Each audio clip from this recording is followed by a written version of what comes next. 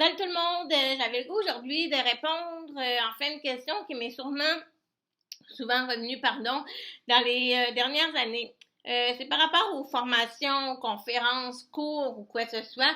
On me demande tout le temps comment que je fais pour préparer ma première formation, mon premier cours, ma première conférence et tout ça. Je tiens à préciser que je suis pas une formatrice ou une conférencière agréée ou je sais pas trop, mais j'ai tout appris par moi-même et je voulais aujourd'hui partager mes conseils parce que j'ai quand même beaucoup d'expérience jusqu'à présent et je voulais vraiment partager mes conseils par rapport à ça. J'ai 5 trucs qui vont vous aider à bien démarrer votre première formation, votre première conférence. Et je voulais vous les partager. Donc, mon premier, c'est de commencer avec une matière que vous pouvez et que vous êtes certain de pouvoir enseigner demain matin à n'importe qui. Donc, l'idée, c'est de pouvoir prendre un sujet que vous êtes vraiment à l'aise, confortable et que vous avez déjà des expériences, une crédibilité, que vous ayez un emploi, que vous ayez monté un projet ou quoi que ce soit, c'est de prendre la matière, que vous avez vraiment une crédibilité, réussi quelque chose dans cette matière-là. Alors, c'est de décortiquer ça en plusieurs points et de voir comment vous pouvez enseigner, faire votre première, partager vos informations, vos trucs par rapport à cette thématique que vous avez choisie. Ensuite, mon deuxième conseil, c'est de s'inspirer de ce qui se passe ailleurs. Ça, c'est vraiment important parce que c'est votre première formation.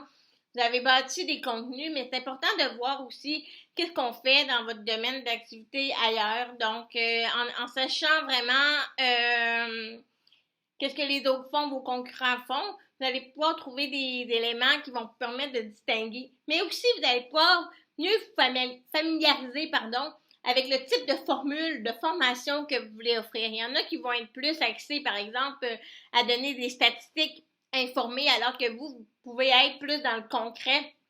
Il y en a d'autres qui vont faire des formations d'une journée très pointues dans les détails, alors que vous allez pouvoir peut-être préférer une formule 1 heure, 3 heures.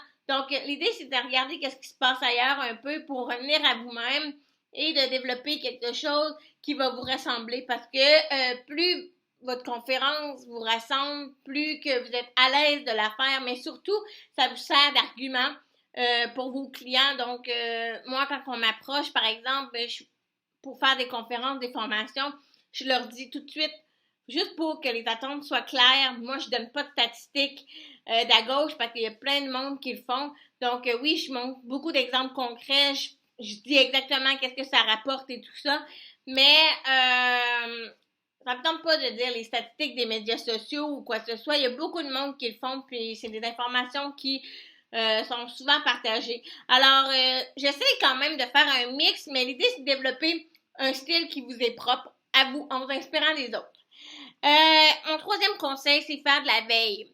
Donc, mettre des outils en place pour faire de la veille afin d'être au courant de ce qui se passe dans votre secteur d'activité. Si vous donnez des formations sur des logiciels précis qui sont très pointus, ou Facebook ou Twitter, tout ça, on s'entend que ça change souvent.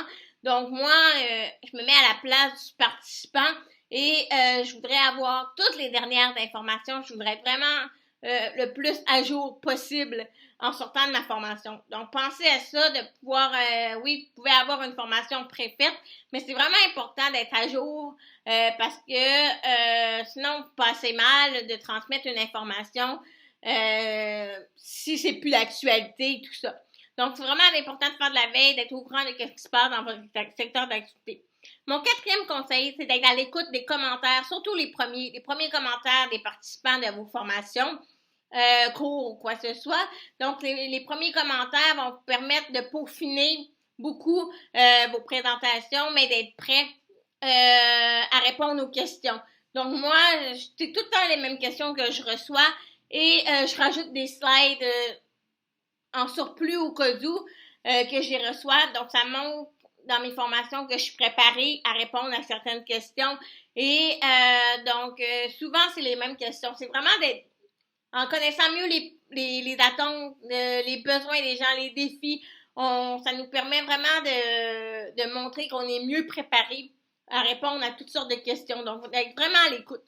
Un autre truc plutôt que j'ai développé, ben, ça a été de mettre des formulaires à certains participants, de remettre des formulaires d'évaluation.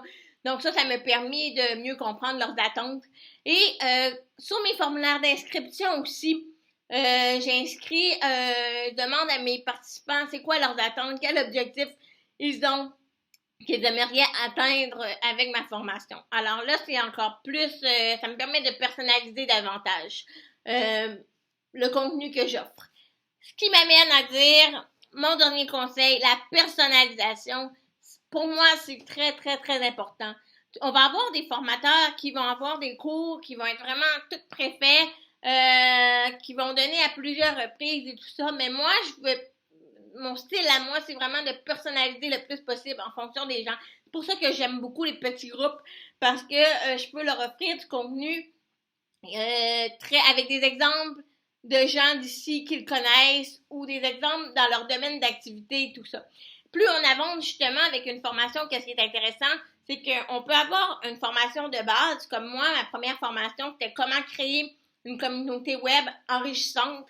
Et plus je recevais des questions, plus ça me permettait de personnaliser davantage, puis monter des nouvelles formations. Donc, j'avais des gens qui avaient déjà une présence web active, mais qu'est-ce qu'ils voulaient, c'est optimiser davantage.